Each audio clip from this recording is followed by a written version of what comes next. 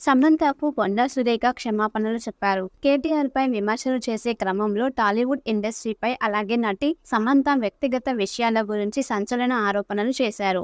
దాంతో ఒక్కసారిగా టాలీవుడ్ ఆమెపై మండిపడింది.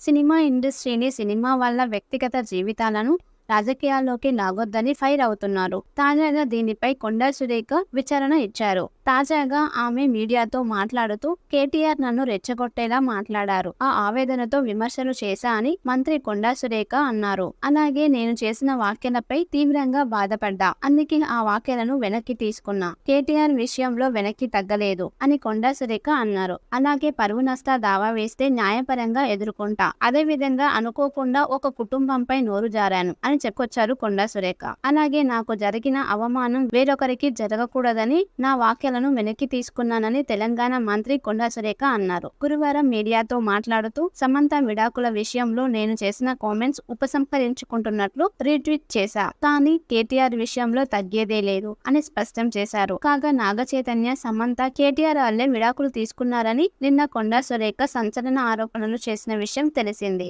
ఆమె చేసిన కామెంట్స్ పై పలువురు సినీ ప్రముఖులు మండిపడుతున్నారు. ఇప్పటికే ఎన్టీఆర్, నాని, ప్రకాష్ రాజ్, అఖిల్, నాగార్జున, అమల, మంచు లక్ష్మి, చిరంజీవి, ఆర్జీవి ఇలా అందరూ స్పందిస్తున్నారు.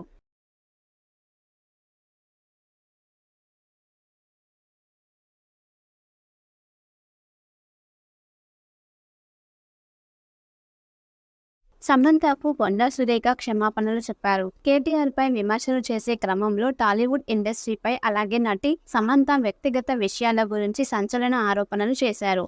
దాంతో ఒక్కసారిగా టాలీవుడ్ ఆమెపై మండిపడింది.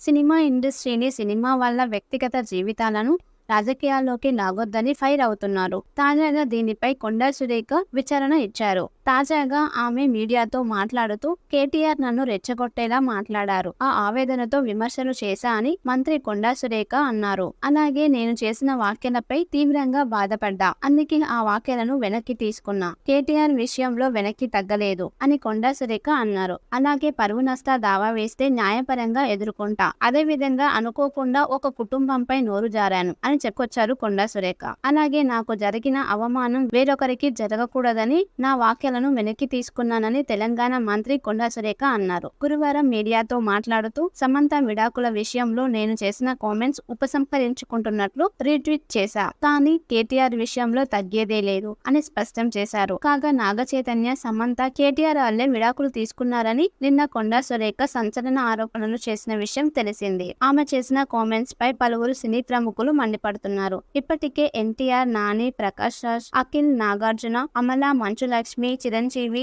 ఆర్జీవి ఇలా అందరూ స్పందిస్తున్నారు.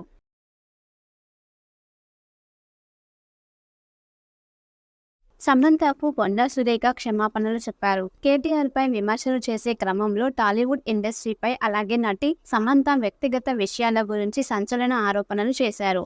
దాంతో ఒక్కసారిగా టాలీవుడ్ ఆమెపై మండిపడింది.